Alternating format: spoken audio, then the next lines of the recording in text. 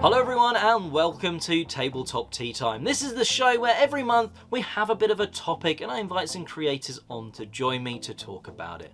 This time around it's games that sit outside of the top 500 on Board Game Geek. Yes, we could have gone far down in terms of the numbers, but I still think outside of the top 500 it sounds like, wow, that game's not going to be great, but there's still some absolute bangers sort of just after that cutoff. So let's jump into it and see what people have been picking. Hi, I'm Barb, MeeplePhD, and when I heard today's theme was games under 500 on Board Game Geek, I decided to go a little deeper than that, and I sorted my game collection by its rank on Board Game Geek and found all of the games that had a ranking below 10,000. And one of the games that stuck out to me is one that I really enjoy. Doesn't hit the table super often anymore, but that is How to Serve Man. This is a fairly basic worker placement game. It went to Kickstarter a while ago. It was among the first probably 5 or 10 games that I backed on Kickstarter, and I did it solely because of the theme. So if you don't know, it is based on an old Twilight Zone episode. I'm going to spoil it for you, but I think it's fair given that it's over 50 years old.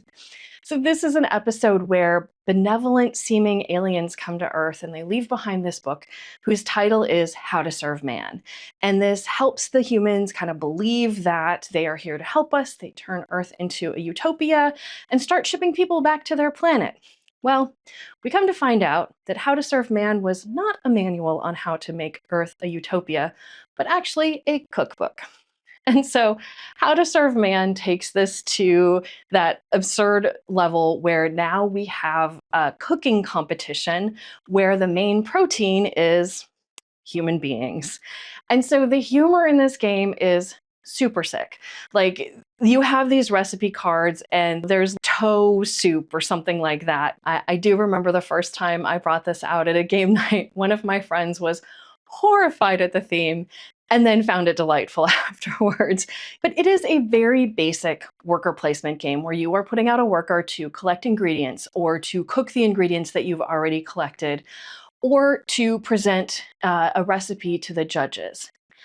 This game came out quite a bit when I first got it because it played up to 5, which was really convenient for game nights. And it was a good, basic, quick game. The rules are easy. It's easy to throw down. And if someone has played a worker placement game, they're into it in 3 seconds. And if they're not, it's still really easy to explain. Over the years, it hasn't come out as much. We're often looking for something a little more complex than this, but I really do enjoy this one. I love the theme. I love looking at the cards every time.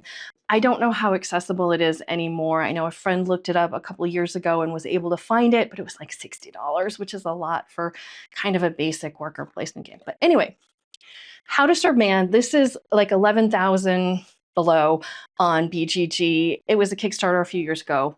Love it. Sick theme. If you don't like a sick theme, you won't enjoy it, but otherwise you might. So that's me. I am MeeplePhD, as I mentioned. You can find me on Instagram and Blue Sky, and I have a YouTube channel where I connect astronomy and board games. Otherwise, I hope you enjoy the rest of your tea time. So there's 3 games that came to mind when I was looking this up. First of all, the game that I've got ranked as a really strong game that's just outside of the top 500. At 529 is Colt Express. This is a brilliant programming game, and wow, instantly, yes, I can hear all of you going, ooh, programming, that sounds super fun. But it is. This is a Western train robbery with chaos, because you're going to screw things up for yourself and for others. The programming works is everyone is playing what they're doing, their actions, into a pile of cards that's slowly building up. And then the pile flips over and you actually do the pile of actions. So, I've said, oh, I'm going to move to the roof. And then someone else has said, I'm going to shoot. Then someone else is moving to the roof. And different things like, moving the sheriff, moving along the train, grabbing some loot, punching someone so they drop loot, all that sort of stuff. But you have to sort of remember where you're going to be and where they're going to be. Because once you've done all those actions for the round and programmed them in, and they happen, you might be shooting someone, but you're on top of the train and no one else is on top of the train, so you're not shooting anyone. You might be punching someone for them to drop the loot. This briefcase, $1,000 briefcase, but you've just punched mid-air because they've moved to a different carriage and you'd forgotten that. Or maybe you're about to move, but the sheriff has just been moved into you, which means you're turfed out and thrown to the roof of the train. So now, when you are going to be moving along and looting, within the train, you're now on the roof, and, well, you look a bit silly as you're trying to loot some diamonds, but you're not in a carriage. It's just got this absolutely great chaos, and it's a fantastic experience. I think every time I've got it to the table, people have had a laugh and just enjoyed playing it. And it's just outside of the top 500. The next two games are games that I'm just surprised are outside of the top 500, to be honest. The first one is Point Salad. I think I'm more surprised at this one because it's got a lot of what people like. It's very fast on a turn, you build up, you can get some great combos, you can teach it to pretty much anyone, and it's got a fun title of Point Salad. Why? Because it's a point salad style game. You're getting points left, right and centre at the end from, I've collected all of these cabbages and they're worth a load of points, but oh, they're worth negative points from this point scoring card, but that gives me loads of points for peppers. And do I have an even number of peppers? Yes, I do. Do I have the most tomatoes? Yes, I do. It's a fantastic little game that you can get to the table with pretty much anyone and just straight away be playing it. You can teach it very, very rapidly. And I'm surprised that it's not higher. I know Board Game Geek skews into heavier games, but I think it's a very much loved game. So I'm just surprised it's maybe not in the top like 200, 300, that sort of thing. And the other one that I'm sort of more personally surprised that isn't there, because it's part of a system that I absolutely adore, and that's Unmatched Adventures Tales to a Maze. I'm just surprised that I think a lot of the Unmatched boxes sit just around sort of either in or out of the top 500, but I'm surprised that this version hasn't sort of jumped up. Because I think Cobble and Fog or Tales to a Maze are the boxes of Unmatched that I'd recommend. I wouldn't necessarily recommend a Marvel box to you, even though I think they're great. You have to really like Marvel to make the extra cost of getting 3 people versus 4 in those boxes to be actually worthwhile. Cobble and Fog is still just the standout product that I'd recommend you getting. However, Tales to a Maze gives you some good characters, but the ability to play competitively or cooperatively. In all honesty, if Cobble and Fog had if Tales to a Maze had the Cobble and Fog characters, it would just be instant. That's the version to get.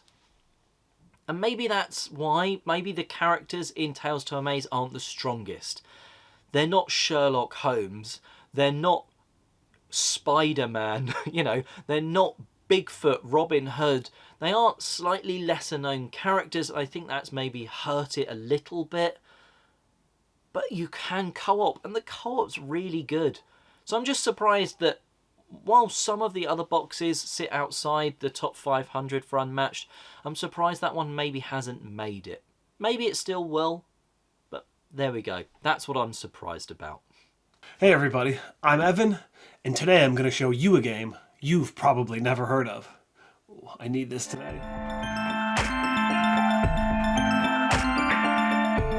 Since we're talking about lower rated games today, well, it just so happens that on our channel we recently did a bottom games in our collection, as in the lowest ranked games according to BGG, and this game right here was on it. This is called Garden Eel Go. This, as of this recording, is ranked 22,425. Does it deserve to be rated that low? Honestly, I don't think it does. So let's go down to the table and I'll show you how it works. This is what a game of Garden Eel Go might look like set up on the table. There are various rows of garden eels with a bunny hunter, a otter hunter, and a kappa hunter, denoting which row is which. And then every player gets a set of those exact 3 hunter cards. And what you want to do is try to collect as many of the garden eels as you possibly can. So what you do on your turn, one player also plays the watchman, and then they don't actually get to play a card that round. So what you do is you choose one of these and decide which row you want to hunt from this turn. Simultaneously play it face down, and then once everyone has done that, the watchman player plays this to a space that blocks it off this turn. Then everyone flips their cards. And if you played the watchman spot, you cannot take a card. But if you played one of the other spots, you get to take one of the cards and you add it to a scoring row in front of you. If you notice, some of these have sharks on it. If that were the case and you had a shark card in your row, the next card you got would then get eaten. And when a card gets eaten, it gets flipped over. The shark eats your garden eels and, well, it poops them out. And those are negative points at the end of the game. However, if there is a shark and a can gets eaten, well, that's flipped over and that's no negative points because, I guess the shark eats the can and you're okay. So that goes until 2 of these rows are empty. And that's basically it. You add up all your scores at the end, and the person with the most points minus their negative poo points is the winner. But I want to show you some of these garden eels, because this is a normal looking garden eel, albeit he does have a top hat on. He turns into a normal looking poo. These are 2 in love here, and there's a male and a female one or whatever right there. These garden eels are cats, so they turn into cat type poo. These are the old ones, they turn into old poo. These are garden eel ghosts, I guess. They turn into ghost poo. So I think half of this game is part of the charm of this bizarre art. So yeah, that turns into that. So ideally, what you want to do is try to guess where everyone else is going to go, and then try to get the most points. If the watchman player thinks that someone is going to be going for a certain row, they can block that row. And that's basically how you play the game. I left a big mess on the table here, but let's go back up top, and I'll tell you what I think about it. And there you have it. That's Garden Eel Go. The only game I can think about where you are an otter, a bunny, or a kappa, and you're, I suppose, illegally poaching the weirdest garden eels you've ever seen in your life. I don't know. I think this game is a lot of fun. Every time we play it, it's silly, and we have a good time with it. I don't know why it's ranked so low. I don't know why people just don't seem to like this game. But I don't know. I would recommend it. However, finding it might be a problem. It is a game from 2016, I believe. So it is really out of print. I think there was a second edition, but I don't know where to find that second edition. I just saw some pictures of it online. There are some Board Game Geek users with it for trade. So I've had success in the past contacting them and asking if they want to sell it. I've managed to track down some games that I was looking for that way. But yeah, I don't know. It's a really fun game, and I highly recommend it if you can track down a copy. All right. Well, I guess that wraps it up for this week. Hope you had a great tea time, and we'll see you next month. Bye, everybody. So one of the fun things I get to do on Tabletop Tea Time is invite creators on, not only to talk about the topic that we're going for, but also to do a spotlight interview with someone. And this time around, it's going to be with Jess from Community Connection Gaming. So let's hand over to Jess to introduce herself and also tell you a little bit about her channel. Hey there, I'm Jess from Community Connection Gaming. I stream tabletop playthroughs on Twitch, And I also do crafting streams, and I guest on other people's streams on Twitch. And you can find me on my Twitch channel at twitch.tv/Jess_CCG. I'm the owner of Community Connection Gaming, where we strive to bring a more diverse group of players to the gaming table. We try to create safe spaces for everyone to play board games together, and we also highlight those diverse voices in the hobby that are doing wonderful things that we want to promote as well. I identify as a woman. My pronouns are she, her, and I also identify as a person of color. So those two communities can really benefit from what I'm doing in the board gaming space. And so that's why I'm here doing what I do. Hearing from different people and hearing their voices about this hobby is what makes it great, because the important thing is everyone can have a different favourite game. Well, that segues really nicely into my second rapid fire question of what is your favourite game and favourite mechanism?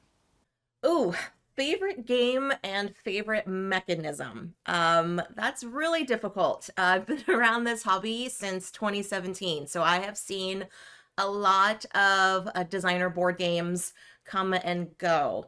I will say one of my tops is a game called Elder Sign. It is a press your luck dice rolling game where you are cooperating together as investigators to try to rid the town of various elder gods and things. It is based a lot around the H.P. Lovecraft fiction, and though I am not a fan of H.P. Lovecraft, I wish this game had any other theme.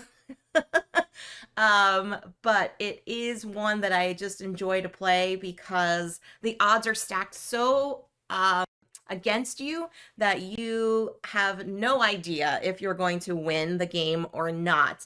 And when you get that perfect dice roll, the win just seems so much more sweet than it would if you just randomly had some cards that allowed you for like a win condition. So definitely would mention Elder Sign. So press your luck is one of my favorite mechanisms. I will also give an honorable mention to worker placement games. I do enjoy a good place your person on a thing, get said resources, collect the resources, and then turn them in for victory points, kind of thing. So that would be a runner-up mechanism for me. And another game that I would say for that kind of mechanism for worker placement, definitely one up there would be Lost Cities, the board game. Although you're not getting resources per se, it is kind of like a race to the temple.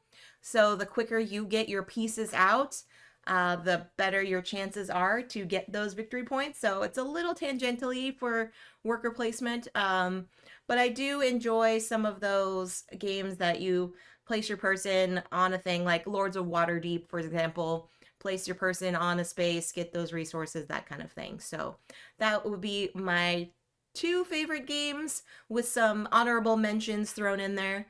But honestly, I do like a lot of games in general. It really just depends on the group of people that I'm playing with. I can go cooperative, I can go competitive. It doesn't matter as long as we're all enjoying ourselves and having a good time together. That's all that matters to me. Cooperative games like Elder Sign, I think they do a really great job of making everyone round the table cheer for each other rather than cheer against each other where you get with a competitive game. So if that's what you like, having everyone round the table having fun together, co-op, I can see why that works so well for you. Now for a bit of a fun one, what game has the best box art?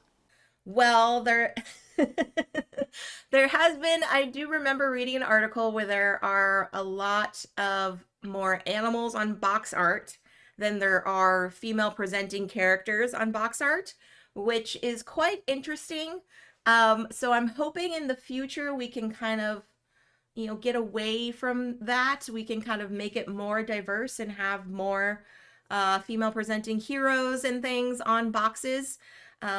And so with that being said, I will highlight one of my favorite artists is Vincent Dutrait. I think a lot of his artwork is just so appealing to me. that whenever I see a game on the shelf that looks similar to his design style, most likely I will think in my head, oh yes, that's a Vincent Dutrait piece. But today I'm not mentioning a Vincent Dutrait piece. I am actually leaning more towards the lady designers, lady illustrators, if you will. And I will mention Wormspan, illustrated by Clementine Campardu. I apologize if I have butchered her name, but it's just a giant dragon on the front. I love anything fantasy related, anything that has to do with fairy tales and mythology and things like that. So seeing this on a box cover was an instant eye grabber for me. I will also mention that the watercolor backgrounds of this art make the dragons themselves just pop and kind of come alive. I mean, you could see on the side here, we've got the little baby dragons over here, and then we've got some of the other serpent-like dragons and whatnots. But these are just so fantastic that I wish there were more art in general on box covers, because I think something like this is just so wonderful. I wish we can get away from those beige colored boxes. You all know what I mean. And no offense to those illustrators that's the direction they're given, like give me a beige colored game, but I want color in my life, and I want color when it comes to board games. So definitely shout out to Wormspan and Clementine's illustrations, because they are just fantastic. Certainly down with the beige. 100% agree with you on that one. Now, what game did you play last? I'm so glad you asked this question, because we just got a game to the table last night. So on my Twitch stream, I often stream with other guests and whatnot, and recently I've been streaming with my husband. And so last night on stream, we played Tabriz, which is from Crafty Games, designed by Randy Flynn, who you might know was also the designer of Cascadia, which recently won the Spiel des Jahres. And so this game, you are all about collecting goods in a marketplace. I guess this could also be considered like a worker placement thing, because you're moving around the bazaar and collecting goods to build, to create your woven goods, your carpets, if you will. So this game is really, really fantastic. I was fortunate enough to play test it before it went on to crowdfunding, and I really had a wonderful time with this game. What was so fantastic about it was the fact that Randy has actually lived in this part of the country, and so he was familiar with a lot of the processes in the marketplace and how they divide out goods and what goods are worth certain values and things like that. So there were a lot of his personal touches in the game that you can see, and I really, really enjoyed that. He also did have like cultural consultants and things to make sure it was culturally appropriate, which I highly recommend for all future game designs. If you're a future game designer or striving to be, please, please, please make sure you have a cultural consultant to work on your game to make sure it is appropriate for everyone that gets to play it. Also mentioning, there are ladies on the box, and I'm so excited. Oh yes, there's another lady right here. So shout out again to having lady designs on the box, although it is illustrated by Sid Feeney and Dan May. I do want to highlight that there are ladies on this box. So more ladies, please. So yes, that Tabriz. Unfortunately, I did not win last night, but it was a really close game. If you want to check it out, our video on demand is on my Twitch channel, twitch.tv/Jess_CCG, and you can watch our gameplay there. Now, you alluded to this earlier, but what other hobbies outside of board gaming do you have? Other hobbies that I enjoy are crafts. I like to work with my hands, so there are occasional times on stream where I'd be painting miniatures, or I work with beads and make jewelry, or I do lanyard string and do bracelets, or even brick building. And probably like a year or so ago, I did this really awesome Mandalorian ship. Da da da da. It's got little Mando inside there and baby Grogu in there. I actually built this on stream, which was really, really cool. So I definitely enjoy tinkering with those kinds of things. And if you are a part of my community, if you are like a Patreon subscriber or a Twitch subscriber, most likely you have received some kind of handicraft from me over the holidays. I was able to make some perler bead ornaments for people's Christmas trees. So that was a really nice thing that I like to do for my friends and for my community for the holidays. And last but not least, what can people expect to see on your channel in the next few weeks? What can people expect to see on our channel? Well, David and I are doing most likely one night a week. I have the fortunate job of working at a local game store, so a lot of my evenings and weekends are booked actually being in person working retail. But I have the time to do once a week with him, and we play 2-player scenarios of certain board games, and we have a ton of stuff on our shelf of opportunity.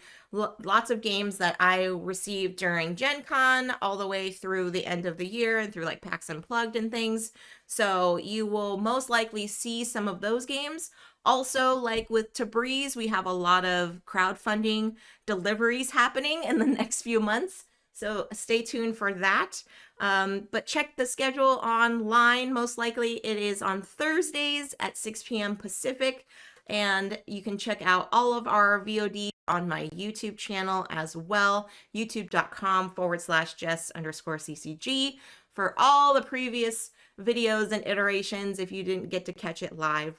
So I hope to see you. And like I say on my stream, until next time, be kind to one another, enjoy your board games, stay safe, and we'll catch you next time. Bye. And well, that wraps us up today. I want to say a huge thanks to Jess for coming on and answering these rapid fire questions.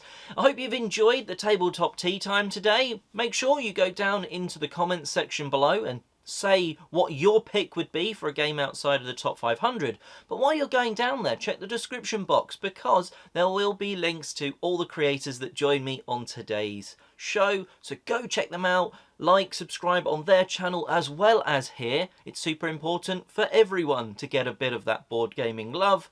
And well, until next time, have a fantastic month full of tabletop time and tea times.